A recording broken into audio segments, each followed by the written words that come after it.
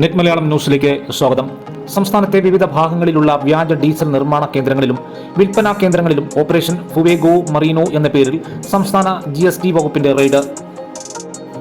കേരളത്തിലെ വിവിധ ജില്ലകളിലായി 50-ൽ പുറത്ത് കേന്ദ്രങ്ങളിൽ 400ഓളം ഉദ്യോഗസ്ഥരുടെ നേതൃത്വത്തിലാണ് സംസ്ഥാന GST ഇന്റലിജൻസ് ആൻഡ് എൻഫോഴ്സ്മെന്റ് വിഭാഗം സെർച്ച് നടത്തുന്നത്.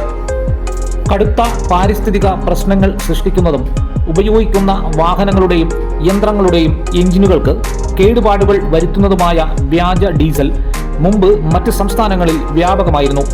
ഇവരുടെ മാർക്കറ്റ് കേരളത്തിലേക്ക് വ്യാപിപ്പിക്കുവാൻ ശ്രമിക്കുകയാണ്. ആദ്യപടിയായി മത്സ്യബന്ധന ബോട്ടുകൾക്കാണ് ഇവർ വ്യാജ ഡീസൽ വിതരണം ചെയ്യുന്നത്. ചില തീരദേശ ഡീസൽ പമ്പുകൾ വഴിയും അനധികൃത യാർഡുകൾ വഴിയുമാണ് വ്യാജ ഡീസൽ വിറ്റുകൊണ്ടിരിക്കുന്നത്. തുച്ഛമായ വിലയുള്ള വ്യാജ ഡീസൽ എന്ന പേരിൽ മാർക്കറ്റ് വിലയിൽ നിന്നും 1-2 രൂപ കുറച്ച് മാത്രം വിറ്റ് വൻ കൊള്ള ലാഭമാണ് ഈ സംഘം നേടിക്കൊണ്ടിരിക്കുന്നത്. പൂർണ്ണമായും നികുതി വെട്ടിച്ച് നടത്തുന്ന ഈ ശൃംഖലയിൽപ്പെട്ടവരുടെ സ്ഥാപനങ്ങളിലും വീടുകളിലുമാണ് പരിശോധന നടക്കുന്നത്. ഇത്തരത്തിൽ വ്യാജമായി ഡീസൽ വിറ്റ പമ്പുകൾക്കും ഉപയോഗിച്ച ബോട്ടുടമകൾക്കുമെതിരെ അന്വേഷണം ആരംഭിച്ചു. ഇത്തരം പ്രവർത്തനങ്ങൾ യാതൊരു കാരണവശാലും അനുവദിക്കില്ലെന്നും ശക്തമായ നിയമ നടപടികൾ ഉണ്ടാകുമെന്നും വ്യാപാരികളും ഇത് വാങ്ങുന്നവരും ഇക്കാര്യത്തിൽ ജാഗ്രത പുലർത്തേണ്ടതുമാണെന്ന് സംസ്ഥാന ചരക്ക് സേവന നികുതി കമ്മീഷണർ അറിയിച്ചു.